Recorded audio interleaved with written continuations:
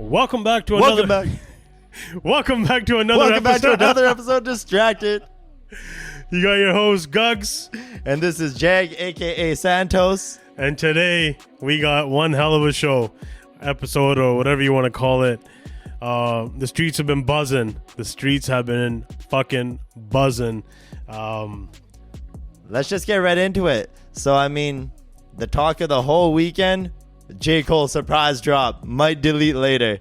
That was like, I was just minding my own business because, mind you, we're on like Canadian timing, right? Everything drops at midnight, Friday morning, Thursday night, midnight, right? Yeah. So I was just minding my own business. It's like 9 o'clock. And this guy sends me a link. J. Cole dropped a new project. I was like, what? So I was like surprised as hell. What was your reaction when it dropped? What the fuck? J. Cole, what the fuck? That failed epically. There you go. Fuck. Holy shit. This guy had me riled on the Friday, man. When I saw that this guy dropped, I was just like, right on my phone, I was like, yo, Gugs, this guy fucking dropped. Like, yeah, oh shit. Crazy. I'm like going through every track, quick time, same time looking up like Google, yo, like what's the diss? Where's the diss? Yeah. Chill. Hold on. We'll get to that. Shit. First, all right, okay. Let's review the album first. I'm excited, man. I got fucking riled. Man, I was pumped though, man. Like, in my opinion, I thought it was really dope. Like, I say this every episode. I'm a big whatever fan, but no, but for real, this guy's a fan of the whole fucking industry, man. No, but for real, I'm a huge J. Cole fan. Like day one of those, right? So I don't know. I really like that album. Like, listen to it. Like, I thought he was dropping bars. He came hard.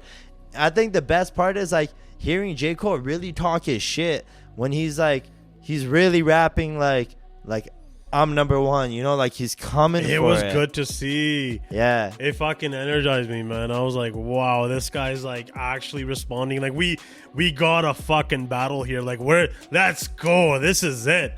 You know what I mean? Shit we've been waiting for. Yeah, I mean, when it comes to, you want to get into the Kendrick thing? I don't know. Okay. Okay, let's just review the album. All right. As a whole. All right. I know, I'm pulling the trigger, like every trigger finger ready. What do you think of the album as a whole, though? Man, besides all other, like, let's take away what the internet said, because clearly, like, everybody's review went to one thing. Yeah. And nobody, I think, really listened to the album for what it was. So let's minus that shit and just as an actual album, what do you think? Honestly, I really liked it. Like, I thought that like Crocodile Tears was really good. That was the one that he had in the rollout for the vlog for the Might Delete Later vlogs. Yeah. So that was like one of my favorites because when I first heard the snippet, I wanted to hear it so bad.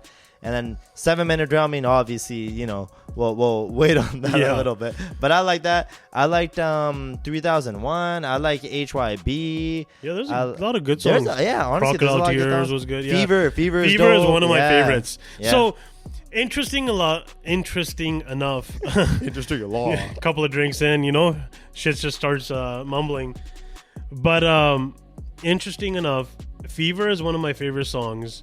And then I came across somebody else's podcast where they gave a review, and it really made me start thinking of why I liked Fever, and it actually made sense. And they pretty much said that it sounded, not that song particularly, but like the first half of the album sounded like he was having fun on tour with Drake.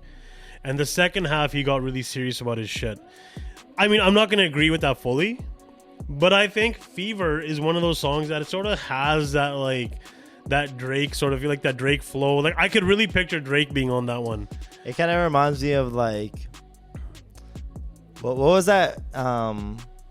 Yeah, no, it definitely sounds like a Drake song for sure. Like, I could see the like it doesn't Drake have influence. That, Drake influence. Like it doesn't have that seriousness. Yeah. But I think I like that about it though. Like, I like the fact it reminds you of like Blam or something like that. Yeah. But a little bit less upbeat, but like same idea, right? It was good though. I like it. I like the overall album. I think it's pretty good. Yeah, there's a lot of good songs. I like the one with Cameron on it too. I think that's wicked to see Cameron on there. Like, I think it's Cameron's solid. Like, he's just one of those artists that just comes for it. You know, he's fucking dope. There was Stealth Mode is another song I liked a lot too. So I liked a lot of it. Like, I really liked it. Like, I would literally listen to it all week, and I was really pumped, man. Yeah, it had some energetic moments. I wasn't even expecting the project as a whole. I was thinking that he's just doing the roll up for the fall off his next album. I was not expecting him to drop another project. So yeah, but whatever. I'm not complaining. Like, no complaints, zero fucking complaints from our end. Yeah, here. yeah. I just remember that feeling though of being like, oh shit, he dropped. And then we went through the album, and then I started sending you links, and all of a sudden we're talking about 7 Minute Drill. Yeah, right away. That was like one of the first things. Even when you said it, you're like, yo, he's dissing Kendrick. You're like, he's responding to Kendrick. I'm still the type of person, like, I'm like, okay, I'll listen to it, but I want to listen to like the whole, like, I view it as like kind of art or as a project. Like, I feel like it's meant to be listened beginning to end. So I always start from the beginning. And I looked at the track list. I'm like, okay, 7 Minute Drills at the end, whatever. I'll wait for it. But like, I listened to it beginning to end. But when I got to the end, I was like, oh shit. Yeah. But you notice, like, he threw some shots in the middle of the project. He had some too. random shots in between there. But the 7 minute, that was a heavy hitter. Yeah. And yes, I will say, he did say it's a warning shot. But fuck, if that's a warning shot, I was dying to see the next part of what was going to be happening. Unfortunately, so clearly J. Cole came out and fucking apologized for dropping that diss track, and it pretty much proved homeboy Gug's point that Cole's just Mr. Nice Guy. Like, he's just one of those guys that just, I don't know, man. Well, let me ask you this, okay? Before we even get to that, when you first heard him throw shots back, like, what was your reaction to that, and what did you expect to happen? What were you looking forward to? I loved it, man. I thought it was amazing that we got a fucking track, and he's taking nonstop shots, and he's saying shit to, like, let's face it, Kendrick is this sort of like untouchable, because like he's got such deep lyrics that he gets away with a lot. He gets away with maybe an album that didn't hit as hard. Oh well, it's Kendrick, and he's got some other albums that really hit, and no one really took shots and called out his albums, his discography. Fuck, that Scotch really be in, man. And yeah, like, it just, and Cole fucking did it. He actually did what most people don't do. Like, they don't. Tell me the last time somebody went after Kendrick and actually, like, you remember it. That's what I, like, the takeaway I had. Like, it kind of reminded me of, like, when everyone championed MGK for going after Eminem. Because they're like, nobody goes after Eminem. Props to him for that. Yeah, like, imagine this. Like, okay, we're talking about the so-called big three for one, right? So when the big three go at each other, like, that's crazy. We already reacted to, like, what we thought about when Kendrick took shots in the first place. So to hear, like, wow, J. Cole out of, like, before Drake even, like, J. Cole's responding first. Yes, I was like, wow. Yeah, and like, he's, I don't know, I think some people overreact so much, like, oh, he didn't come hard enough, like, you can't send a warning shot back at a warning shot. Like, come on, get out of here, man. Like, the fact that he even said something, like, the way he said it too, like, I don't know, I thought it was really dope. I was so pumped to be like, where is this going now? Like, is Kendrick gonna respond? Is Drake gonna say something? Is like what's gonna happen here? Like, there's it's endless, right? Like, you didn't even know like all the possibilities, like what could happen next. So I was just so pumped. Like, I was so excited to hear all of it. And because, like I said before, J. Cole never really talks his shit. He's like always Mr. Humble, and to hear him like go at his homeboy Kendrick, like, this is crazy. Proper too. It wasn't just like some whatever. Like, he put, like, I like, it showed he's in his prime. Yeah, he said, what did he say? He's like, your first one was a classic. The second one, they gassed it. Yeah, and it's like, fuck. He said what a lot of people wanted to say, but don't have the balls to say. Yeah, no one, because like we already said, no one goes at Kendrick.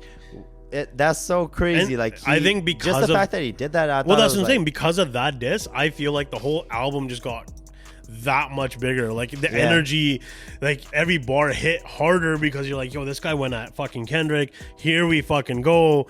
years in the making. Like, we've been waiting for some big fucking rivalries, like rivalries that actually matter. Like, this one actually mattered, I feel like, and J. Cole fucking apologizes. I mean, if it was just on wax, if like I was thinking, because he referenced Takeover, and then when he's like, you did, well, I don't know, I don't want to repeat it. I'm gonna script the line, but like when he's talking about you do a hard verse every 30 months or something. Yeah, right? yeah. Like, there's a lot of like, that's what I mean. Like, a lot of people. So the one thing I did see online, and I don't like, I really fucking hate this, and I think the fact that a lot of people were giving points to Kendrick because they're like, oh, your beat was harder, it sounded better, oh, the beat for 7 minutes wasn't as hard, or yeah, dude, like, it's a fucking diss track. You don't go at a diss track just for the beat. Like, this is not back-to-back Drake. This is like straight up two lyricists going at it, like dropping bars.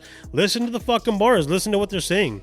Yeah, I can't give a, like, I'm not giving props to Metro for being like, oh, sick, bro, your beat had a crazy diss on it, and now you by default just win. No, man, like, listen to the bars. And I think the 7 minute beat was sick.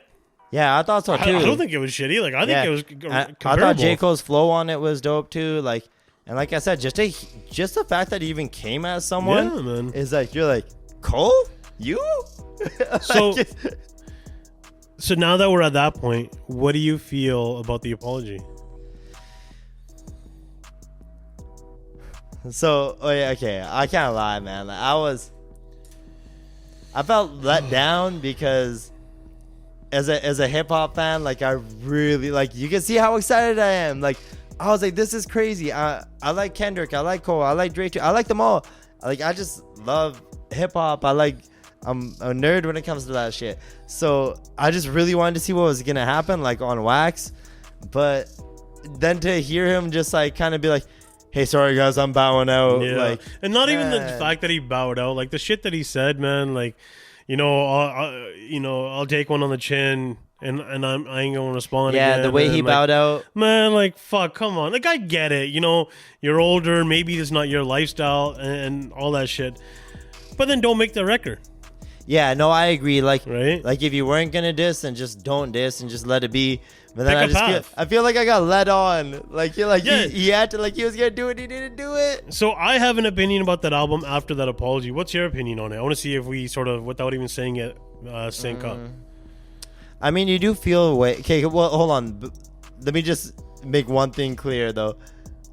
As a person, it would have been cool, right? Like, let's just say the beef wasn't on wax. You're like, all right, cool, that's commendable. You know what? You're gonna put your beef aside, and let's just be friends. I apologize, be a bigger person, whatever it is, right? Like, cool.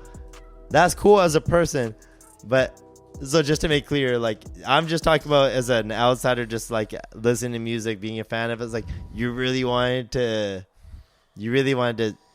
see more happen, hear more happen. So going back to how do I feel about the album when I listen to it now after the apology? It doesn't excite me the way it did before, but I still like it. Like, I still really like it. Like, my opinion hasn't changed in that sense. I still like listening to all the same songs. Yeah. It just leaves something to be desired now. When you, like, for me, when I hear, it's pretty much the same thing, but like when I hear a bar now, it just doesn't have that energy behind it. It just sort of goes, oh, it's just a bar. But before, I was like, oh shit, he's coming at Kendrick. Like, oh, is this for Kendrick? Was that one for Kendrick? Like, who's this one for? Like, what?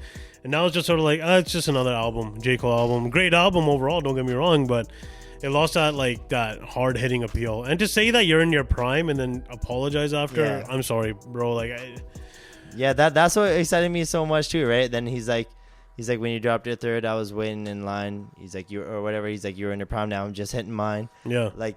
It was exciting because he's basically like he's gassing himself up. He's like, I'm in my prime right now. I'm ready for anything. Like, he wants all the smoke. Now all of a sudden he's like, nah, I don't want no smoke. I'm chilling. Yeah, I'm good. Fuck, man. But so now, like, what do you expect from Cole going forward? I think Cole is gonna back down a little bit. I think he's gonna let the album. I actually checked today, and he still hasn't deleted 7 minute. It's still up there because he was saying he's gonna delete it. And how ironic is that? It's called might delete later. And I have my own opinion on this whole thing as a collective. Like, I think I think, there's a small part of me that says this is a marketing ploy by everybody. Think about it. Like J. Cole drops his album. We still don't trust you. We don't trust you. Like those two albums, like everybody's sort of dipping their head. And now Vultures 2 is gonna drop, and you know what? Kanye's had his hand in this beef, and like that's Travis, like everybody has had their hand in this beef. Drake just came off of a historic tour, the biggest grossing tour in history. Was it? Yeah, like every show was sold out. And he broke some records with that. So it's like, I feel like everybody benefited. Kendrick, everybody's talking about Kendrick again, and Metro, like Metro's sick again. And well, Metro was never not sick, but you know what I mean. Future, all of a sudden Future's legendary now. Like, oh shit, like Rick Ross, I have my own opinions on Rick Ross, and that's a story for another day, or go back and watch one of our other episodes, because I think I've said enough about Ross. But I think Cole just disappears. I think he not disappears. Like I think he just goes on his way about a regular rollout. I think he's gotta come like now. I think he almost created more pressure for himself, because now when he drops the fall off, he's got to make sure that he has enough content for people, or like the right content for people to be like, oh yeah, I forgot about all that. I'll forgive him and whatever. And I think people will, like his real fan base. That's like the most J. Cole thing to do. J. Cole apologizes, right? Like, yeah. So I don't think it's gonna be like a huge thing, but I mean, the optics of it. Well, that's what I mean. Like, I think still. Yeah, like I think he just goes on his way, just doing a regular rollout, like some interviews, shit but like that. It definitely comes off as if like, hey man, I don't want the crown, you guys. Yeah. To most people, it comes off that way, right? But you mentioned how like Future and all these guys, so. We still don't trust you is coming out. Don't trust you.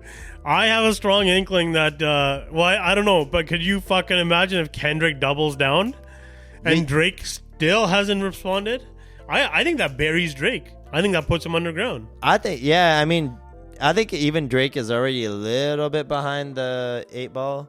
But I mean, just because like they got dissed together. It was basically like J. Cole and Drake versus everybody. It was a 2-for-1 combo. And now J. Cole backed down. That was just Drake. Yeah, so that actually technically I feel like hurts Drake too, because you talked about we're the big two or the big three or whatever, and now he said fuck the big three, it's just big me, and one of the big three stepped away.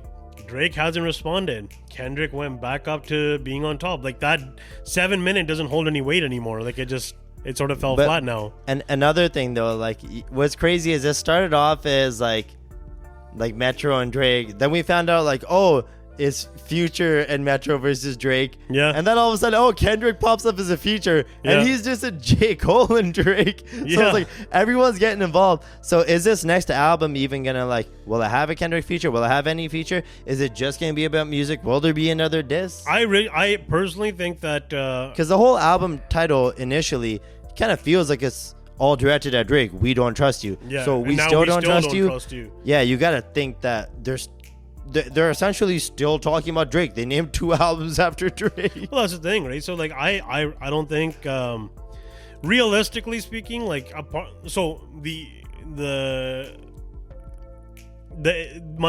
my mind really wants there to be a big ass fucking thing again. Yeah. I would love to see like a big blow up. But realistically speaking, I think it's going to be playing safe. I think they're not going to push the envelope. I think it might just be a regular album, which is like a great album, but no more surprises.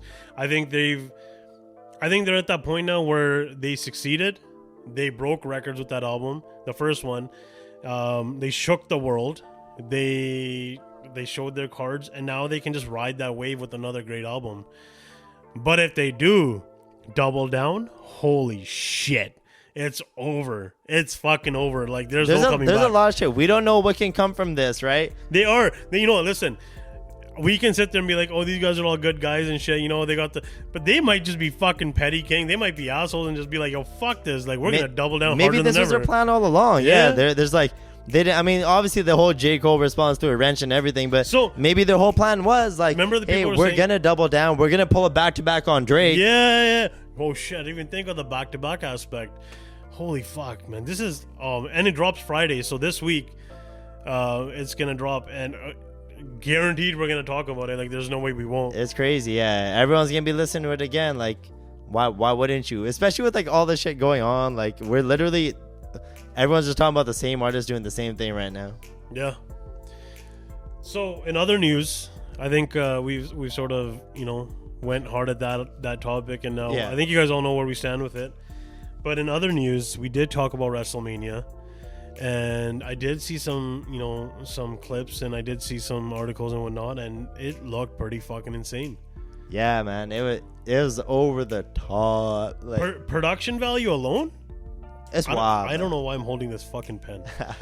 Production value alone, it was insane. Like, you sent me that video, and I was like, wow, man. Like, their setups are like so over the top, elaborate. It's just like I want to know how much that shit cost to build. Yeah, they're putting money into this. They start building it like a week in advance or 2 weeks in advance or something, right? Well, listen to me, like, they're not just fucking around. Like, they're putting some real fucking money into and they're this. doing big numbers. Like, I think like the last time I said that's what they say on TV anyways, but like they said like they sold out like 15,000 in Brooklyn for Monday Night Raw. Tonight they did 20,000. And so it just shattered that other record. If I don't even know what their records are. And then they had like The Rock, John Cena, Undertaker. Yeah, they had Undertaker, The Rock, John Cena all come in the main event. It's just like that part I was really excited about, because that was sort of where I left off in wrestling, and like for me that was like, oh shit, like these guys are in it. It's nostalgia, right? You love it. 100%.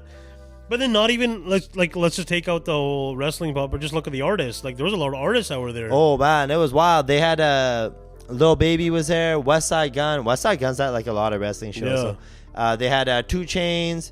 Drewski was there. Drewski's everywhere, man. Yeah, this guy's fucking everywhere. So I really was watching Drewski for a while, but then that cry now laugh or laugh now cry later video, I saw him, and I was like, yo, this guy's fucking hilarious. Like, he's got it. Have you seen his little skit that he does with the redneck skit?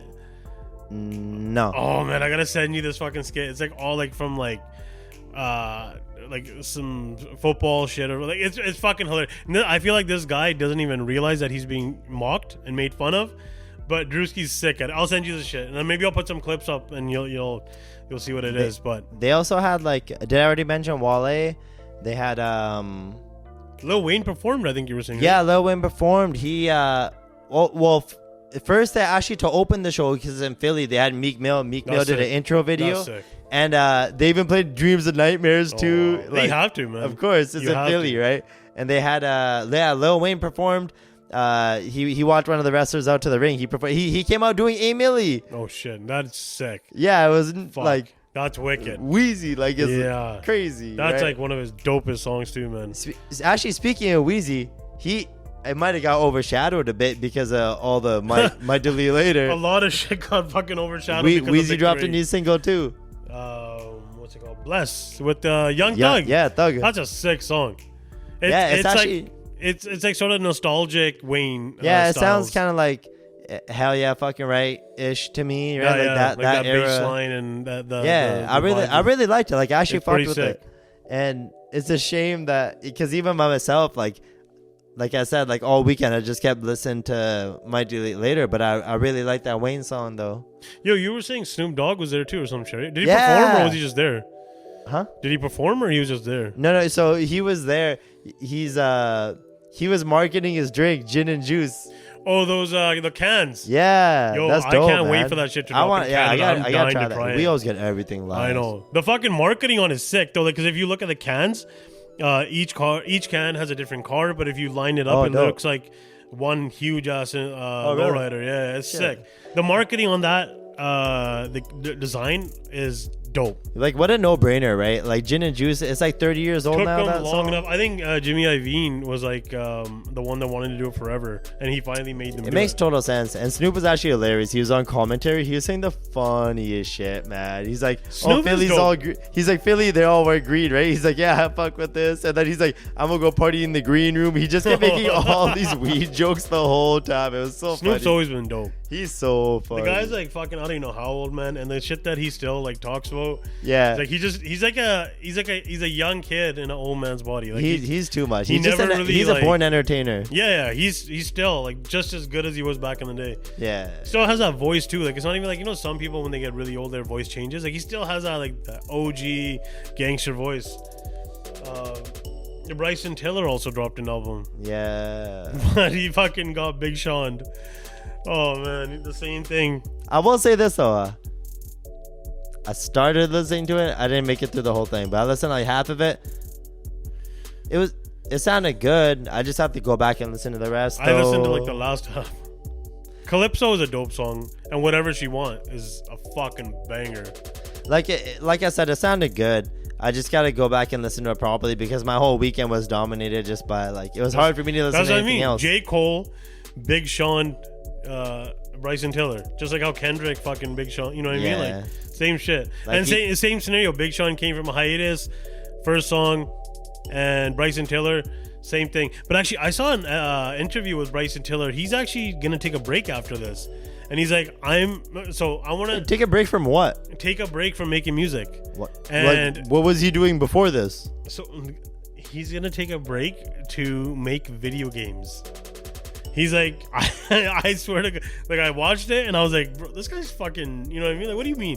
And this guy's literally taking a break from music, and he's like, I have a passion of making video games, and I want to make video games as a career, and I'm stepping away from music for a while because I want to focus on making a game.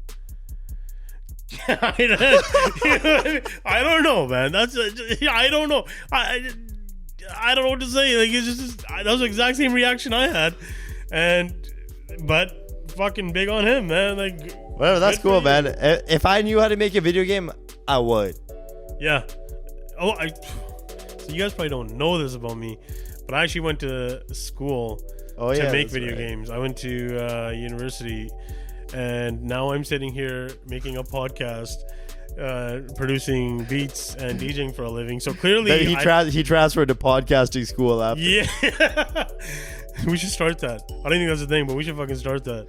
We're very qualified. Very 9 episodes in, man. We gotta rep. I guess it's a pretty good album overall. I think it's worth the listen. LeBron James. Have you seen his latest announcement? So his son is entering the draft, right? The next draft. Yeah, but he's also thinking of retiring. But now, do you think he retires, or does he try to play for the same team as his son?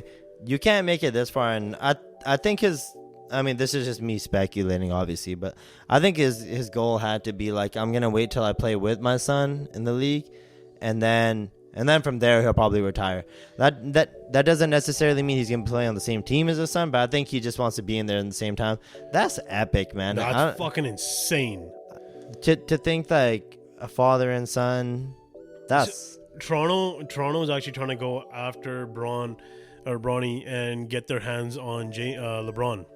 Yeah, that's what I was gonna say. I would imagine that people are gonna go crazy over Bronny just for the fact that they think, oh, they can get LeBron too, and then it's a business. It sells tickets, right? So, on a side note, what would you do? Would you rather play with your son on the same team as you, or would you rather play your son on the opposite, like against your son?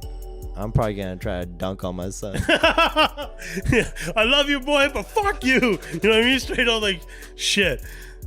Fuck. I mean, I think so too, because I think that'd be like that really show him. That'd like, be hard. Yeah, that would be. Could you imagine everybody having that poster of you dunking on your son, like all over their walls? Like, oh shit! Like, imagine like in the world that we live in today, the internet, like everything goes on the internet, everything gets sent out to everybody. But could you imagine like having a worldwide poster with your dad dunking on you in the NBA as one of your first fucking? Yeah, if he ever talks back to me, yeah, like bro, I'll pull that shit right up. Remember that Yeah, time? exactly. Remember that time when I embarrassed you in front of everybody? Oh man. Speaking of NBA, or not NBA, basketball. South Carolina, the women's. Yeah. I watch basketball here and there. Like I'm a bigger football fan, but I never watch women's basketball. But this shit's like seems like it's pretty rowdy. Like they got some rivalries, like proper shit going on. Yeah, like I know a big rivalry going into it was like LSU versus Iowa. because last year. But it's wild. Like, I see a lot of things online. Like, people are saying they know more women's players this year in NCAA than they know men's players. Well, I don't really know both, so I'm in that age. I'm in that era. So, but I think regardless, the biggest star across the whole thing is Caitlin Clark. Yeah, so I do know who Caitlin Clark is. If I know who anyone is, I know who Caitlin Clark is, and she's a fucking rocket, man. Like, holy shit! You were telling me she was taking shots from like she's like the girl version of Steph. She's like a female Steph Curry. Like, she's just like, man, she just chucks it up from anywhere and just hits them. Honestly, it's exciting basketball. Watching her to play, it's crazy, man. It goes even Kobe. He used to be a big advocate for women's basketball, and another thing, they like shattered records. The finals, that game, South Carolina and Iowa, it was the most watched women's basketball game of all time. Holy like, shit. Yeah, so everybody's into it. Like, everybody knows who it is. Yeah. And like, even LSU, like Angel Reese, she's a huge star, and she declared for the draft too. But another thing is, Caitlin Clark got an offer from Ice Cube to play in the Big Three. Holy Apparently, shit. he offered her $5 million a year to play in the Big Three. So they have like a women's league, or she would play with the guys? the fucking guys. Yeah. Holy shit. But to put it in perspective, he's offered her $5 million, and I just did a quick Google search. The highest paid. Shout out Google. If you know where that's from. But I did a quick Google search, and I just Googled the highest paid WNBA player. It was like $240K roughly. That's it? A year. And she's getting $5 million from Cube? Right. Wow. Okay, so we're talking about LeBron dunking on fucking on his son. She's dunking on the whole women's league. Could you imagine having a poster of Kaylin fucking shooting some like shit in your face as like oh my god. But this is some exciting shit. I would watch. Yeah. I would 100% become a fan. Honestly, everyone's gonna tune in. We would all watch. Yeah, we would just want to know what happens. Hands down, I would have to watch that. Just to like, it doesn't mean she's gonna dominate the league. Maybe she gets exposed. But I mean, at worst, then what? She goes to the WNBA. She's still the number one pick. 100% grows up, run for sure. Yeah, but either which way, that probably creates like, I don't know. She's a star. Mil? Either which way you look at it. $5 million. Yeah. $5 million to play in that league. Cube got that NWA money throwing around, man. Like, he's got that big boy money to fucking old give. Money. Yeah, right? Like, oh shit. But I think we've had a great episode. We've touched on some touchy subjects here.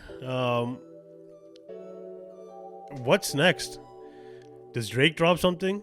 There's been the buzz that Drake's been back in the studio, even though he's on a break from music. And some people are saying that Kendrick has a full disc recorded towards Drake already. Yeah, so I mean, I'm excited. J. Cole really threw everybody for a loop. Yeah. J. Cole took everybody on a crazy roller coaster ride. Everybody was on his side. I'm still a Cole fan, but like, the roller coaster ride ended too quick. Like, it's like it broke down midway and somebody had to come rescue off that fucking ride with the forklift or one of those sky lifts. And I hope Drake comes with something, because I feel like if this falls flat and nothing comes out of this other than what Kendrick did, it's a sad day in hip-hop, because I feel like there was something really big here. Yeah, there was something special brewing. It would have been crazy to see. I actually was excited. I was more excited for Cole and Kendrick than I am with Drake and these guys. Exactly. I was okay with Drake just taking sort of like a back seat. I don't give a shit about Future, Drake, none of that shit. Yeah, like everything just sort of disappeared. But you know what? We'll see. We got a week here to figure out what the fuck's going to happen next. And